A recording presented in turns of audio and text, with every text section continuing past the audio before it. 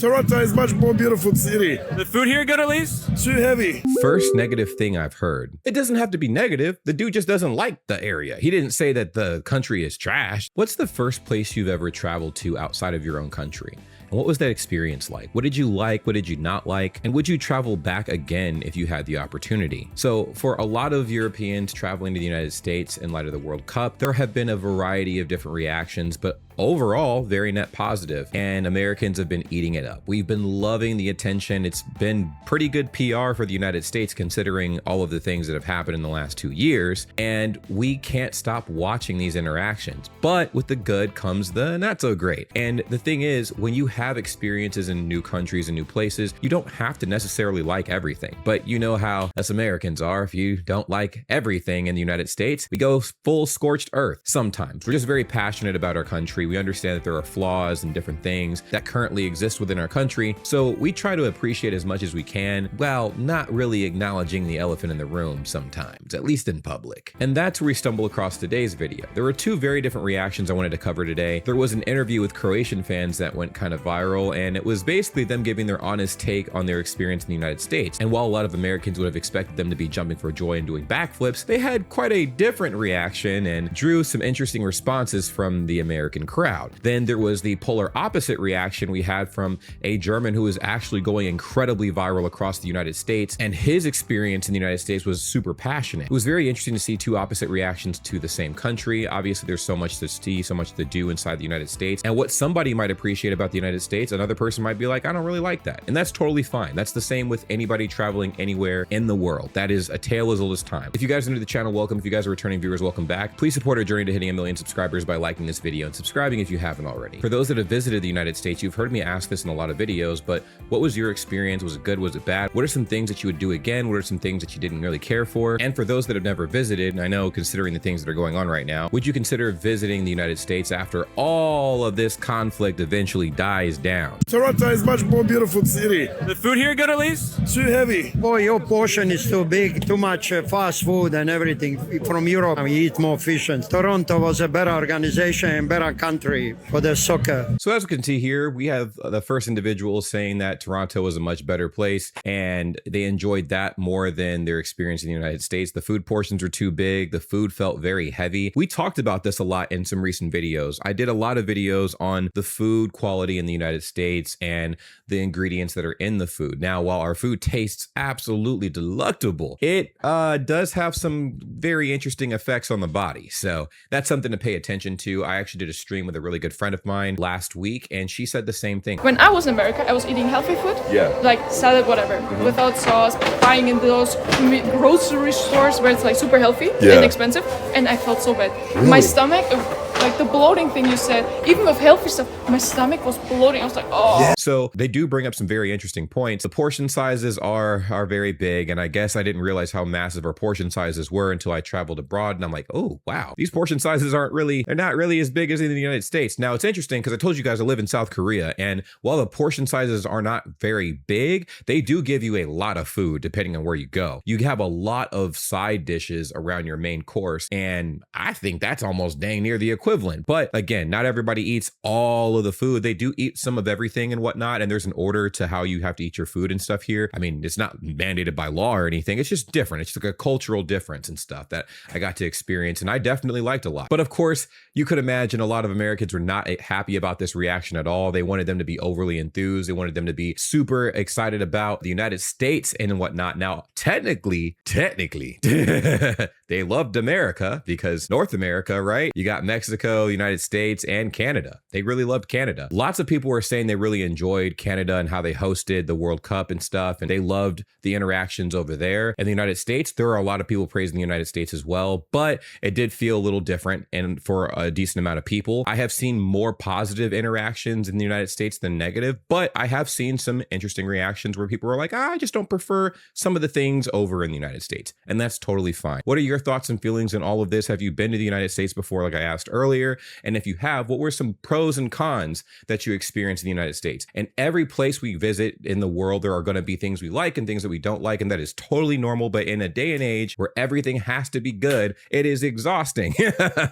When you can't properly express your opinion without facing some type of backlash because the one thing you didn't care for that everybody happens to be passionate about happens to be the thing that packs you up in front of the face of the internet. I traveled to Germany for the first time 3 years ago, and there were a lot of things that I did like about Germany, but there were a few things I didn't care about too much, and it was all the typical stuff that you hear every other American talk about on the planet. The bathrooms you had to pay for, I didn't really care about that. Not really because I had to pay for the bathroom, but because of the inconvenience of fishing for coin in my pocket to go pay, and instead of just rushing into the bathroom, using the bathroom, washing my hands and leaving. The water not being free in restaurants and stuff like that, as far as automatically being given a glass of water when you start eating, that was a little interesting for myself as well. And then in addition to that, for the restaurant etiquette, trying to hunt the server down for my bill. Those are things I didn't care for too much, but it wasn't a big deal. It didn't ruin my experience. I just wasn't something I particularly cared for. Of course, I got some comments firing back at me and stuff like that, and that was fine. Again, you don't have to like everything about a country you visit. There are plenty of things you can like, and there's plenty of things that you might not appreciate as much. In fact, I think that's the whole purpose of traveling. When you travel, you're supposed to take in as much as you can when you leave your home country. And hopefully you expand your mind to learn new things about the world around you. There are going to be things that you appreciate about the new place that you've traveled to.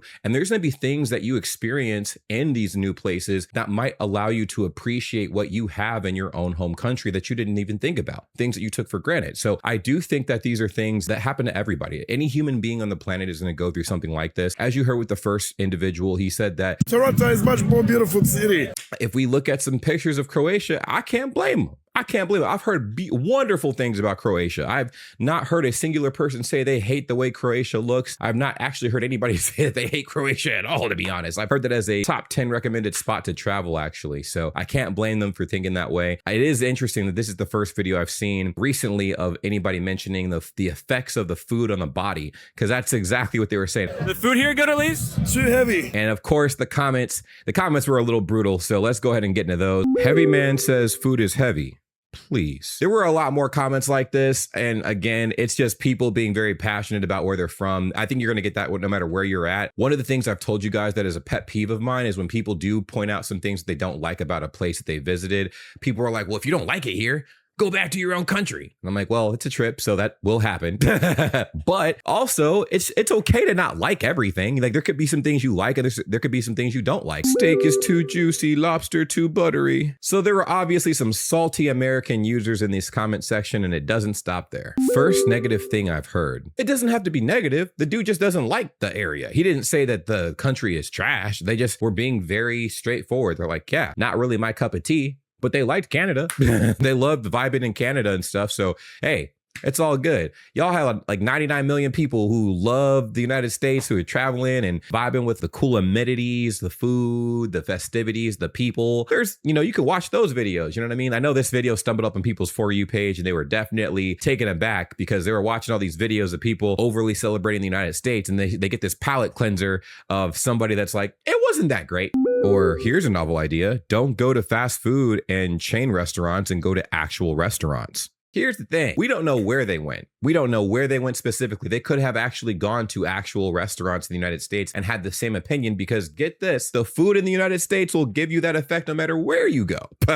Now, I said before, I'm going to say this again. The food tastes amazing, but the way that the food affects the body is something to be noted. Okay. Now, another thing as well, it's okay for them not to like things in the United States, just like it's okay for us not to appreciate things in other countries, right? We just might not like certain things. I'm like, okay, not really a fan. I know the American palate is forever packed, right? Because we have overloaded our taste buds with all the sugar, butter, grease, whatever that we have in our stuff. When we travel abroad and we're like, wow, like I'm going to go to Italy and try a pizza. I don't like the pizza in Italy. It's not greasy enough, not cheesy enough, not buttery enough. That's fine. Right? That's fine. We understand why that is, right? And it is what it is. You might get some backlash from people, but it is okay to not like some of the things in the country you're traveling to. On the flip side, you might appreciate things that you might not have thought you would appreciate. You're like, okay, cool. I've seen these pictures of these different churches and monuments and architecture on the internet. It shouldn't be that big of a deal in this case, but you might really appreciate it. Like, oh my gosh, like seeing it in person was breathtaking. So that's totally fine too. Again, it's just different opinions are going to be all over the planet. That's a normal thing. But again, I feel like we're in a day and age where things have to be picture perfect.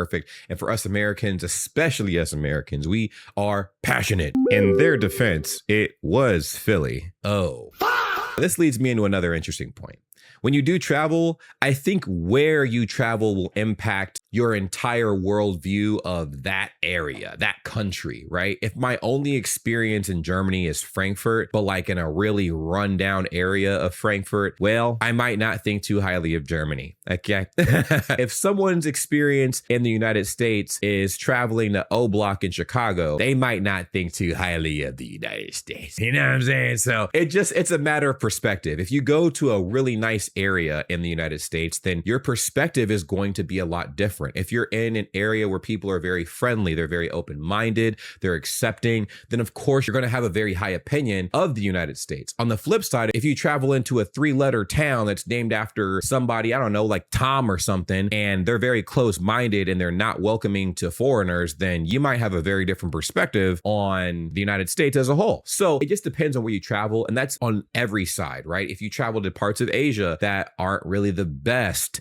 and you have your experience there, then it might affect and skew your whole reality as far as what that perception of the country is to you. And then if you travel back to a different area, that perspective might change. But specifically for us Americans, when we travel, we don't really get the opportunity to travel as much. I mean, things are very expensive these days, and you guys know we live to work. So whenever we do have a sliver of time to truly enjoy our vacation, it doesn't really pan out the way we need to. So we have these shot glass experiences and we try to take in as much as possible. And if things don't go right in our trips and our travels, then that is our whole perspective and where we are. Toronto is not a beautiful city by any means. It's all apartment buildings. Beauty is in the eye of the beholder. I've never been to Toronto. Maybe it is very beautiful. Maybe it isn't. I've never been.